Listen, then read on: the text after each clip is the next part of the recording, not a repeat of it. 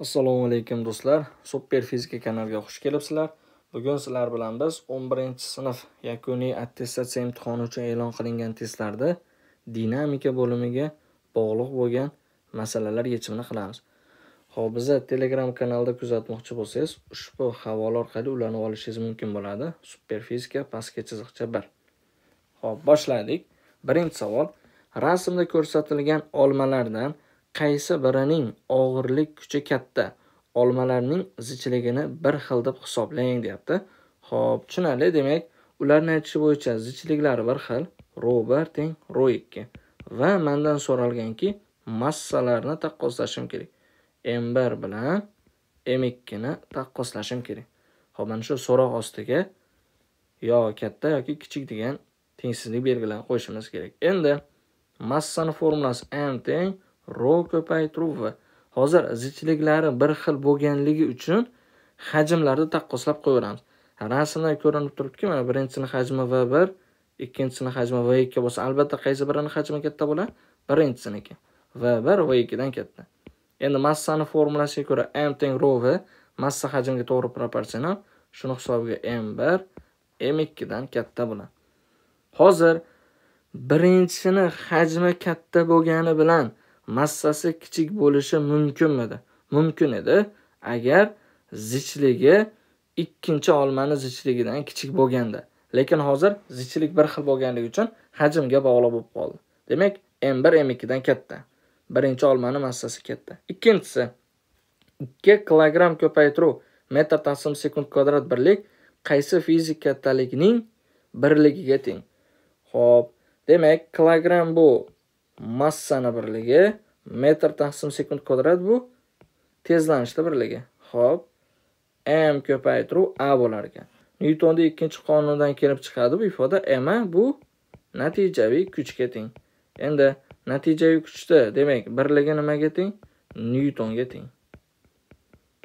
F natija teng Nyuton. Qaysi fizik kattalikning birligiga teng deyapti? Kuchning deb javob berasiz. Ya'ni Nyuton desangiz xato bo'ladi, chunki fizik kattalikda nomini so'rayapti-da. Xo'p, kuchning birligiga teng bu. Uchinchisi, biqirligi bir xil bo'lgan qaysi prujinaga osilgan yukning massasi kattaroq deyapti. Tushunarli, ularda aytish bo'yicha biqirliklari bir xil, K1 teng K2. Endi ikkita prujina bor, ikkita yuk bor. Biz massalarni taqqoslashimiz kerak. Xo'p, biqirligi bir xil, lekin qarang, cho'zilish har xil. Ikkinchi prujinaning cho'zilishi rasmda ko'rinib turibdi. Birinchi prujinaning cho'zilishidan kattaroq. Chunki mana birinchisi shu nuqtagacha cho'zilgan bo'lsa, ikkinchisi undan pastroqgacha cho'zilgan mana. Xo'p, demak, delta L2 imiz delta L1 katta ekan. Prujinalarda cho'zilishi yuklarning og'irlik kuchini hisobiga bo'ladi-yu, shuni hisobiga mg teng k kira delta L deb yozamiz. Men bu yerdan massani topadigan bo'lsam, k ko'paytiruv delta L taqsim j bo'ladi. K bir xil bo'lsa, j o'zgarmas son bo'lsa, gap delta L ga bog'liq bo'lib qolyapti. Massa to'g'ri proporsional delta L ga. Demak, qaysi biri ko'proq cho'zilgan bo'lsa, shunga ilingan yukning massasi kattaroq bo'ladi. Hozir ikkinchisi ko'proq cho'zilganmi? Demak, ikkinchisiga ilingan yukning massasi kattaroq bo'ladi. M2 katta M1. Ikkinchi prujinaga osilgan yukning massasi kattaroq deb javob beramiz. Xo'p, to'rtinchisi endi rasmda ko'rsatilgan qaysi prujinaning biqirligi kattaroq deyapti. Ana endi yuqoridagi savolda teskarisi ekan.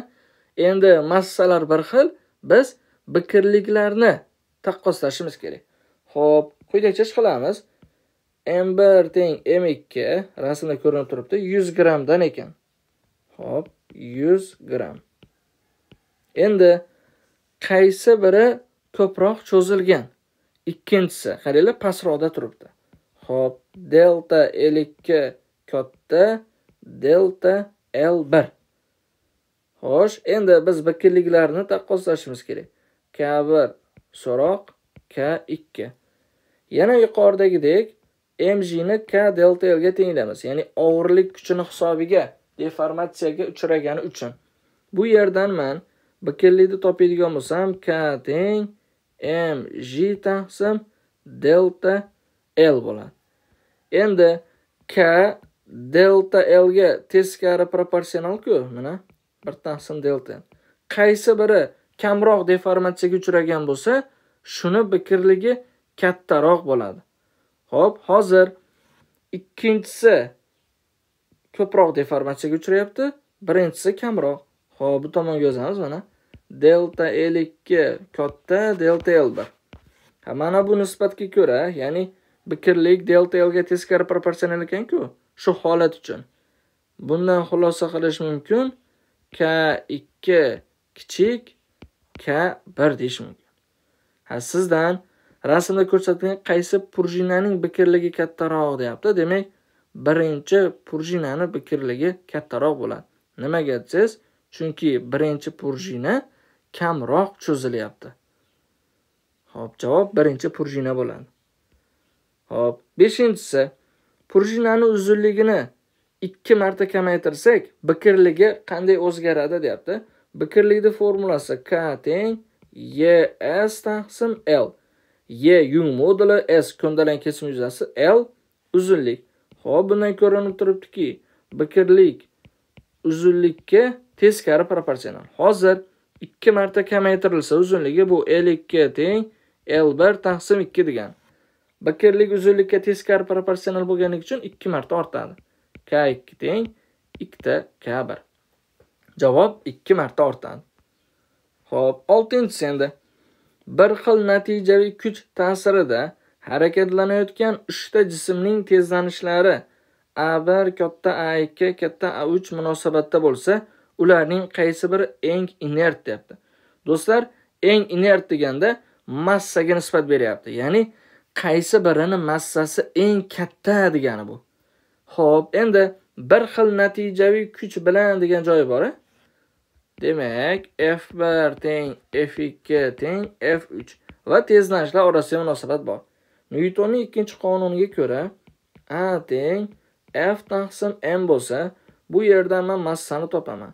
Massa teng F taqsim A. Ularning aytishi bo'yicha kuch bir xil bo'lsa, demak, massani taqqoslashda biz faqat tezlanishga qarasak bo'ldi. Ifodadan ko'rinib turibdiki, massa tezlanishga teskari proporsional. Bu degani, tezlanish katta joyda massa kichik, tezlanish kichik joyda massa katta. Hozir eng katta tezlanish birinchi jism uchun bo'lyaptimi? Demak, uni massasi eng kichik bo'ladi. Teskari proporsional bo'lganligi uchun. Xo'p, M1 kichik, M2 kichik, M3 nisbat bo'ladi. Xo'p, endi qaysi biri eng inert desa, 3-jism deysiz. 3-jismning massasi eng katta degani 3-jism eng inertroq degan. Xo'p, 7-savol endi. Samolyot 250 kilonewton kuch bilan yerga tortiladi. Yer samolyotga qanday kuch bilan tortiladi? Xo'p, Nyutonning 3-qonuniga ko'ra, samolyot necha newton kuch bilan tortilayotgan bo'lsa, yer ham samolyotga shu kuch bilan tortishadi. Ya'ni aks ta'sir qonuni bor-ku. F12 vektor teng minusdan F21 vektor. Ya'ni miqdor jihatdan teng, lekin yo'nalish jihatdan qarama-qarshi yo'nalgan kuchlar bilan ta'sirlashadi. Shuni hisobiga hozir javob 250 kilonewton bo'ladi. 8-inchisi, massasi 50 kilogramm bo'lgan yerda turgan jismga ta'sir etuvchi og'irlik kuchi qanday deyapti? Tushunarli. Demak, og'irlik kuchining formulasi F og'irlik teng mg. Hozir massaga 50 olamiz. Yerda turganlik uchun erkin kuch tezlanishda mana taxminan 10 deb oling deb aytishyapti. Shunda hisoblasak 500 newton degan javob chiqadi. Xo'p, 9-inchisi, yerdan uzoqlashayotgan uchar likopchaning yerga tortilish kuchi F ning yo'nalishi rasmda ko'rsatilgan. Likopchaning yerga ta'sir qiluvchi kuchining yo'nalishi qaysi raqamga mos keladi? Tushunarli. Demak, ular bergan mana bu F kuch yer tomonidan likopchaga ta'sir qiluvchi kuch. Ya'ni yer likopchani o'ziga tortyapti ekan. Endi Nyutonning 3-qonuniga ko'ra likopcha ham yerga ta'sir qilishi kerak. Uning uchun shu F kuchga qarama-qarshi yo'nalgan kuch bo'ladi mana. Likopcha ham yerda o'ziga tortadi mana. Bu F likopcha. Va bu rasmda ikkinchi vektor bilan ustma tushyapti. Demak, javob ikkinchi raqamga mos keladi deb javob beradi. Mana ko'k doirachaning ichidagi F bu yer tomonidan likopchaga ta'sir qiluvchi kuch. Xo'p, qizil doirachaga olib qo'ydik-ku, ikki vektor. O'shani yo'nalishida likopcha tomonidan yerga ta'sir qiluvchi kuch bor. Va sizdan ham shuni so'ragan. Yerga ta'sir qiluvchi kuchning degan. Xo'p, 10-inchisi endi ikkita bir xil vaznsiz dinamometrga 10 kilogramm massali yuk osilsa, pastdagi dinamometr necha newtonni ko'rsatadi deyapti.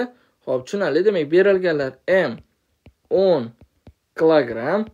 Ana endi xo'p, bizdan pastki dinamometr ko'rsatkichi so'raladi. Nomerlab olamiz. Mana birinchisi bo'lsin, mana ikkinchisi bo'lsin. Dinamometr bu kuchni o'lchaydi yoki bo'lmasa o'ziga ilingan yukning og'irligini ko'rsatadi. Xo'p, hozir bizdan aynan pastdagi dinamometr ko'rsatkichini so'rasa, shu joyda o'rganamiz. Ko'rinib turibdiki, pastdagi dinamometrga faqatgina M massali yuk ilingan. Shuni hisobiga uni ko'rsatkichini D2 desak, M G ga teng bo'ladi-da 100 newton chiqadi. Agar mabodo sizdan birinchi dinamometrni ko'rsatkichini so'raganda edi, D1 da birinchi dinamometrga kimlar ilingan? Ikkinchi dinamometr ilingan, demak M2G bo'lardi. Plus undan tashqari eng pastdagi yuk MG. Lekin hozir masala shartida vaznsiz deganlik uchun M2G hisobga olinmaydi-da, D1imiz ham 100 newton chiqqan bo'lar edi. Hol lekin sizdan faqatgina pastdagi dinamometrni so'rayapti. U 100 newtonga teng. Demak, 11-sinflar uchun e'lon qilingan attestatsiya imtihoni dinamikaga bog'liq bo'lgan masalalar yechimi shulardan iborat edi. E'tiboringiz uchun rahmat.